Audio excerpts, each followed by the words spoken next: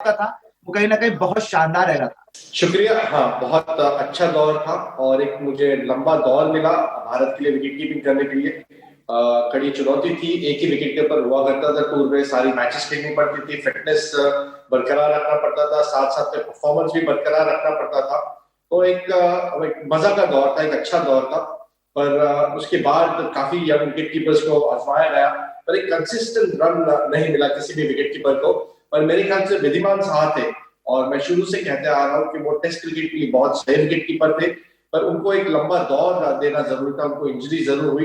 पर उसके बाद बदलाव काफी हुए, चेंजेस काफी हुए T20 में, वनडे में, टेस्ट क्रिकेट में। पर अगर आप किसी भी कीपर को या किसी भी प्लेयर को एक कॉन्फिडेंस देना चाहते हैं तो मेरे ख्याल से एक लंबा दौर देना जरूरी है, एक लंबा रन, एक कॉन्फिडेंस उसमें पैदा करना जरूरी है।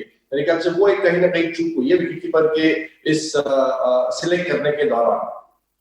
आपकी जो विकेट कीपिंग स्किल थी वो आपसे काफी ज्यादा, बात करूं तो काफी खुश हुआ करते थे कि बहुत अच्छा विकेट कीपर ये भारत को मिला है, और लगता था कि लंबे तक घोड़ा, जो आपने साबित भी किया आपने।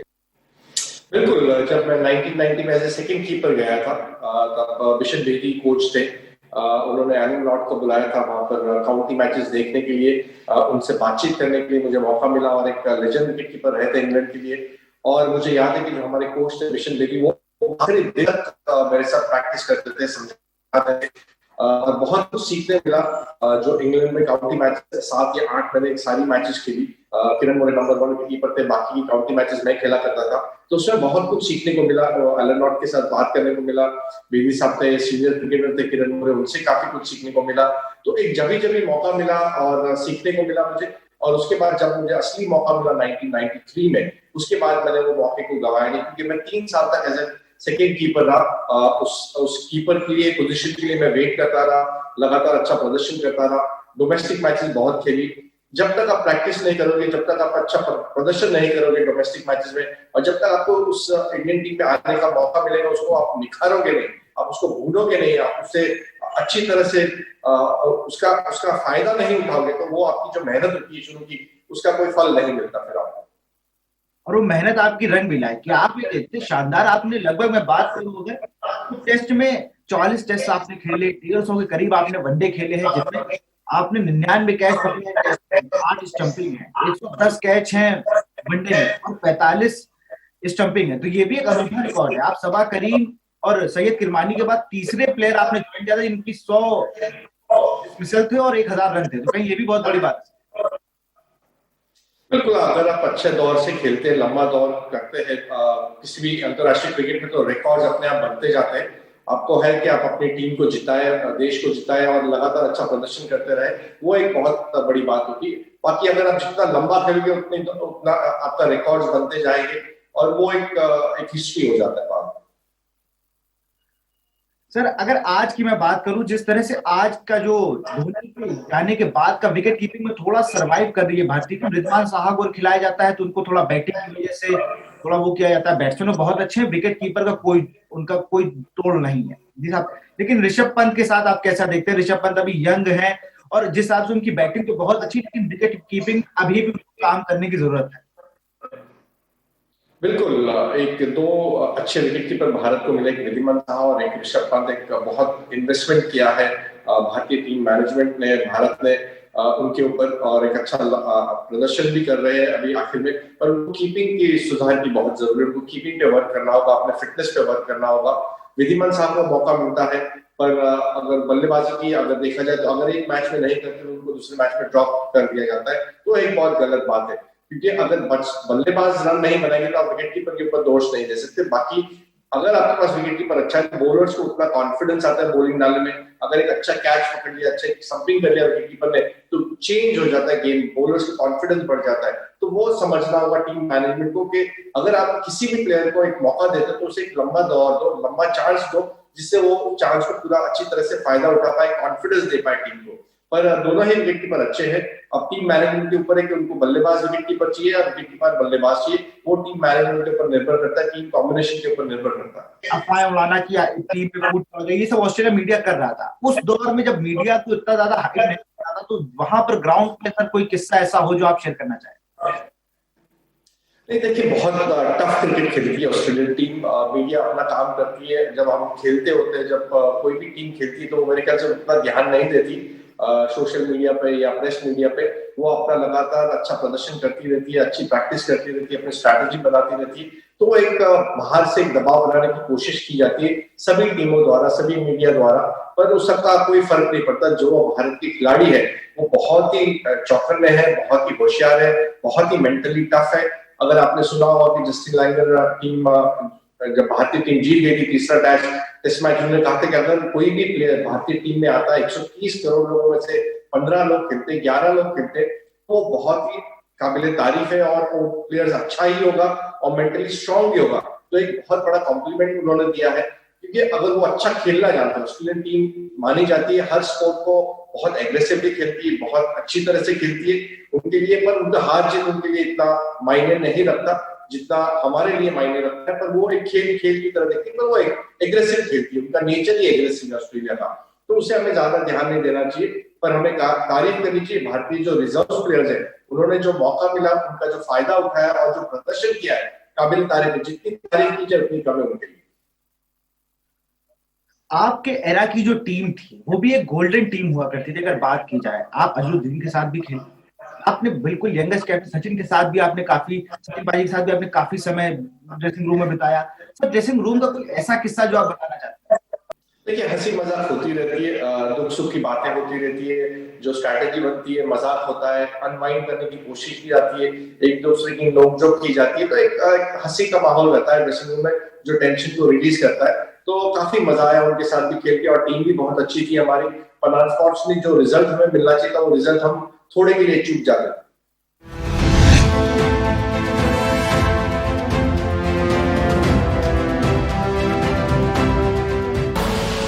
आप देख रहे हैं के न्यूज, खबरों का सारथी।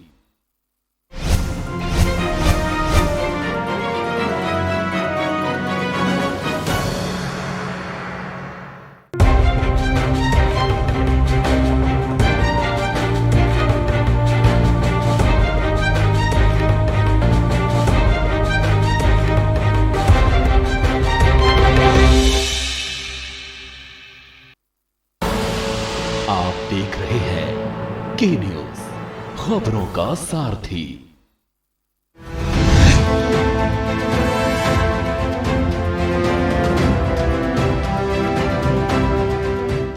अब जैसे बड़ौदा से आप बिलोंग करते हैं, और सैयद मुश्ताक अली का जो फाइनल है वो भी होना है बड़ौदा और तमिलनाडु के बीच। तो जैसे अगर बात की जाए बड़ौदा से, आपने काफी लगभग 400 मैचेस खेले हैं, उनमें भी आपने काफी अच्छा परफॉर्मेंस किया है। लगभग 400 के करीब आपके डिसमिसल है, ये भी एक रिकॉर्ड, अनूठा रिकॉर्ड है आपके नाम।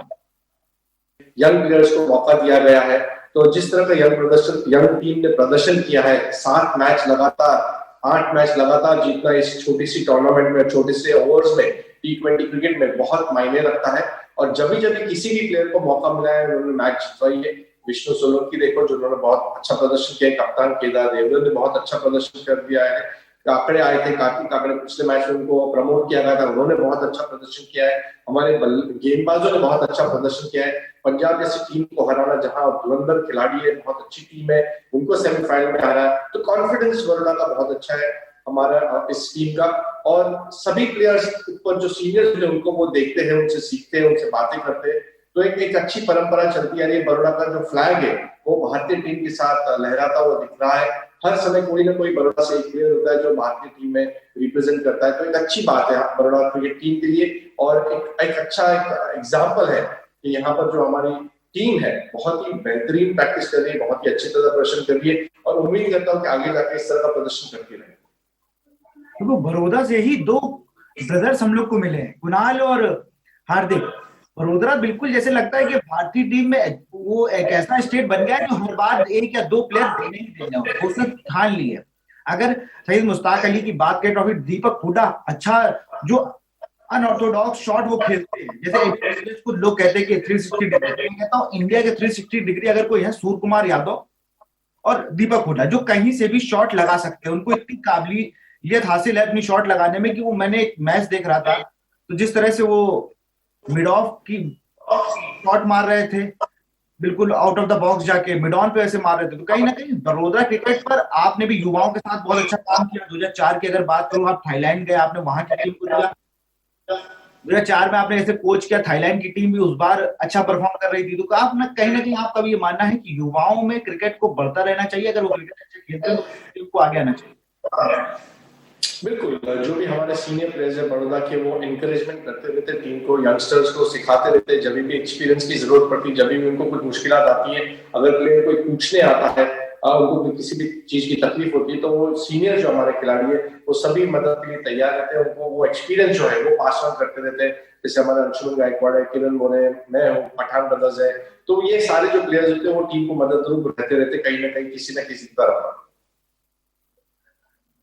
अगर युवाओं की बात की जाए, आईपीएल के आने के बाद सर जिस तरह से टेस्ट में बदलाव आया, ऋषभ पंत को हम लोग देख सकते हैं, वहां पे हम लोग वार्नर को देखते हैं, जो रूट है, ये सब अब एग्रेसिव खेलने लगे हैं टेस्ट में। आपके दौर से और आज के दौर में अगर बात की कितना टेस्ट क्रिकेट बदल गया है? मेरे ख्याल से बहुत बदलाव हुआ है। मेरे ख्याल से एक सबसे बड़ी अच्छी चीज हुई है भारतीय क्रिकेट के लिए, वो आईपीएल है।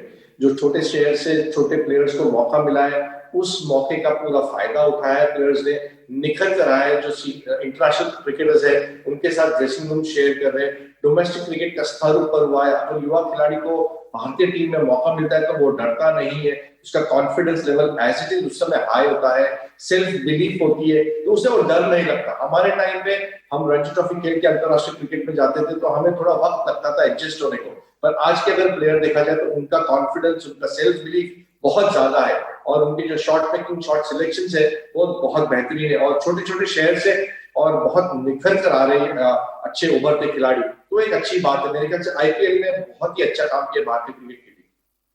क्रिकेट को एक नया आयाम दिया है। आप कितना सहमत है कि आईपीएल टीम इंडिया का सिलेक्शन क्राइटेरिया में अगर माना जाए तो गलत नहीं है? नहीं, मुझे नहीं लगता। अगर आपको टी20 का सिलेक्शन करना है तो आईपीएल एक जरिया हो सकता है, पर मेरे ख्याल से अगर टेस्ट मैचेस आपको अगर सिलेक्ट करना है किसी भी प्लेयर की, तो आपके लिए रणजी ट्रॉफी बहुत मायने रखता है। उससे वहां पर अच्छा लगातार प्रदर्शन करता रहना चाहिए, कंसिस्टेंट परफॉर्म देखना चाहिए। तो सिलेक्टर्स को वो मैचेस भी देखनी चाहिए। अगर आपके पास 50 ओवर्स का टूर्नामेंट है यहाँ पर डोमेस्टिक क्रिकेट में, उन्हें वो देखना चाहिए। तो वो मैच टू मैच वो होता है। टी20 से आप टेस्ट मैच प्लेयर्स को सिलेक्ट नहीं कर सकते, पर हाँ आपको एक आइडिया आ जा सकता है कि वो किस तरह का प्लेयर है, किस पोजीशन पे खेल सकता है, कितना एग्रेसिव है, उसका सेल्फ बिलीफ कितना है, उसका कॉन्फिडेंस कितना है। तो वो एक आप एक पैमाना तय कर सकते हो। पर मेरे ख्याल से रणजी ट्रॉफी देखना बहुत जरूरी है। हमारी रणजी ट्रॉफी टीम सारी जो मैचेस होती है वो भी बहुत अच्छी होती है, अच्छे ग्राउंड्स पर होती है, एक अच्छी चुनौती भरी होती है। तो मेरे ख्याल से वो भी सिलेक्टर्स को देखना बहुत जरूरी है, और उसी से टेस्ट मैचेस का सिलेक्शन होना जरूरी है।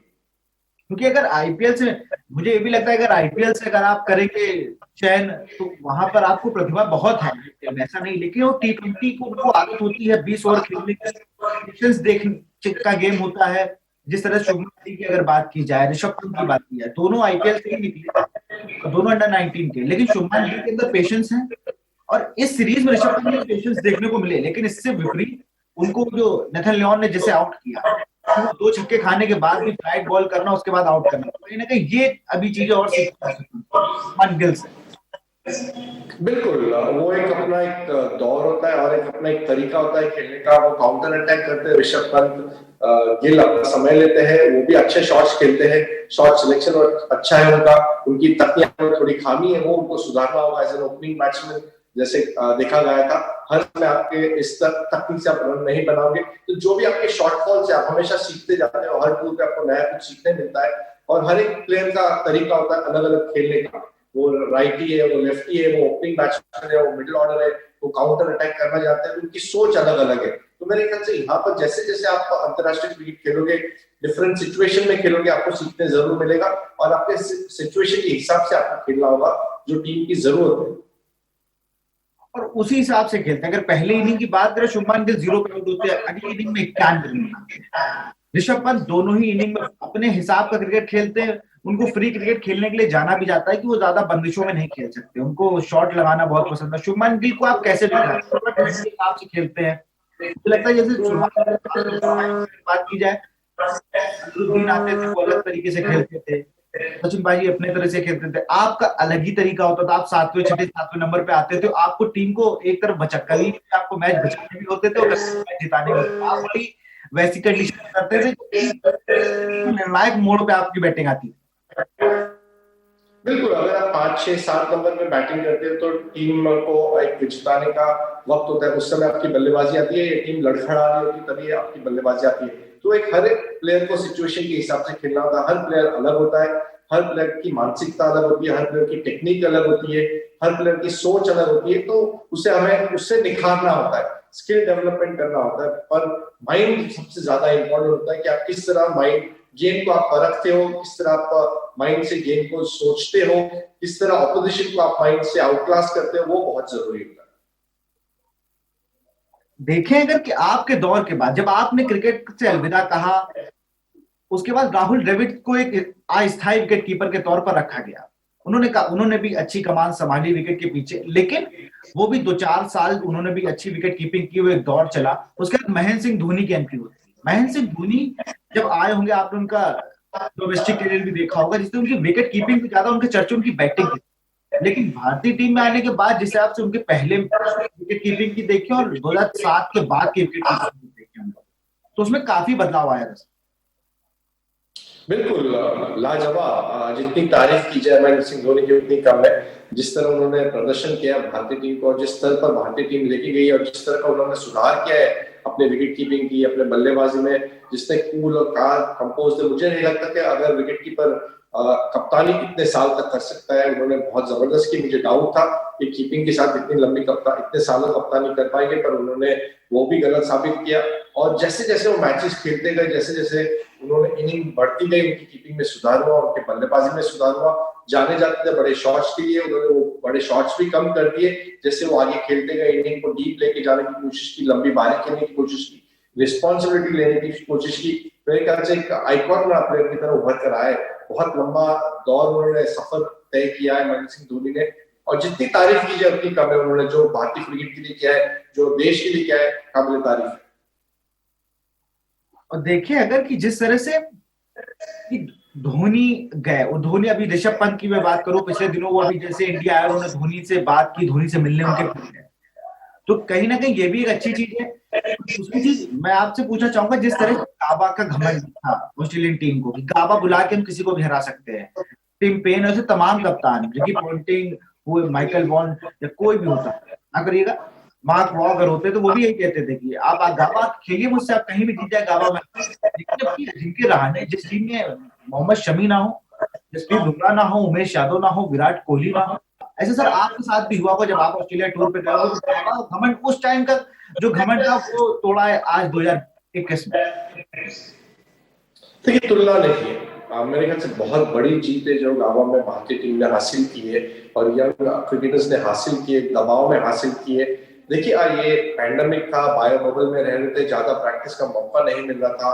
आपको रूम में ही रहना है तो फ्रस्ट्रेशन आ जाता है, आप बाहर जा नहीं सकते। उसके बावजूद इस तरह प्रदर्शन करता भारतीय टीम के लिए, यंग ब्रिगेड के लिए, यंग प्लेयर्स के लिए, जो जब जिनको मौका मिला गया, वॉशिंगटन सुंदर ले लो, शार्दुल ठाकुर ले लो, अजिंक्य रहाणे एज कप्तान ले लो, शुभमन गिल ले लो, ऋषभ पंत को मौका मिला, यानी ये सभी प्लेयर्स ने लाजवाब प्रदर्शन किया है। जितनी मेरे ख्याल से 83 की जो वर्ल्ड कप हुआ था जो जीता, उसका कंपैरिजन किया जा सकता है गावा में। अभी एक सेल्फ बिलीफ आ गया है कि अभी किसी भी परिस्थिति में किसी भी जगह जाके हम जीत सकते हैं। पर हमें इससे आगे बढ़ना है, इससे सीख मिलनी चाहिए कि आप अपने को नीचे ना देखिए, आपको मौका मिले उसका पूरा फायदा उठाइए और अपना बेसिक सही कीजिए, अपना लगातार जो मेहनत है वो करते रहिए। कभी भी मौका मिला तो उस मौके का आपको फायदा उठाना है। तो इससे कंपटीशन बहुत ज्यादा लगती है हमें यहाँ पर भारतीय में। हमारी 2 टीम भारत की बन सकती, इतने प्लेयर्स हमारे पास है, इतने अच्छे प्लेयर्स है कि जब भी किसी को भी मौका मिला है उस जगह का उसने पूरा फायदा उठाया। अगर बीसीसीआई टीम भेजे तो मुझे लगता है एक टूर पर 2 टीम पड़ेगी और हर मैच हम लोग नए प्लेयर्स के साथ खेल सकते हैं। हमारे पास इतना ज्यादा क्राउड है, वो पूरा क्राउड वो है जो पूरे इंडिया में बेस्ट प्लेयर्स है, तो ये बहुत बड़ी बात है। बिल्कुल, मेरे ख्याल से इसी वजह से भारतीय बोर्ड ने मेरे ख्याल से 2 आईपीएल टीम और ऐड करने का निर्णय लिया आते साल। तो और मेरे ख्याल से एक टीम में अगर 25 प्लेयर है तो 50 प्लेयर को और मौका मिल सकता है। जो उभरते खिलाड़ी हैं उनके लिए बहुत अच्छा एक डिसीजन है भारतीय क्रिकेट बोर्ड का। तो सभी प्लेयर्स को मौका मिलेगा, सभी प्लेयर्स को टैलेंट दिखाने का एक अच्छा मौका मिलेगा, अवसर मिलेगा, मैचेस खेलने मिलेंगे। तो बहुत स्टिफ कंपटीशन है भारत में, आप ज्यादा चूक नहीं कर सकते। अगर एक बार आप टीम के बाहर जाते हो तो आपको वापसी में आना बहुत ही मुश्किल हो जाता है, क्योंकि दूसरे प्लेयर्स अच्छा लगातार प्रदर्शन करते आ रहे हैं। अगर टीम जीतती जाती है तो टीम में बदलाव भी उतने ही कम होता है।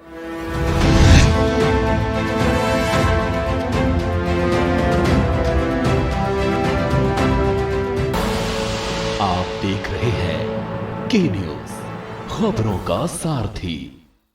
मोहम्मद शमी और उमेश यादव बाहर, अगर ये लोग आते भी हैं टीम में तो शार्दुल ठाकुर अगर इंग्लैंड टीम में भी अभी उसमें अच्छा परफॉर्म कर दें, वॉशिंगटन सुंदर भी अच्छा परफॉर्म कर और आपका सिराज भी अच्छा परफॉर्म कर दे, तो जगह बनाने में बीसीसीआई टीम में काफी दिक्कत होने वाली है। रोटेशन पॉलिसी अपनानी होगी भारतीय टीम को।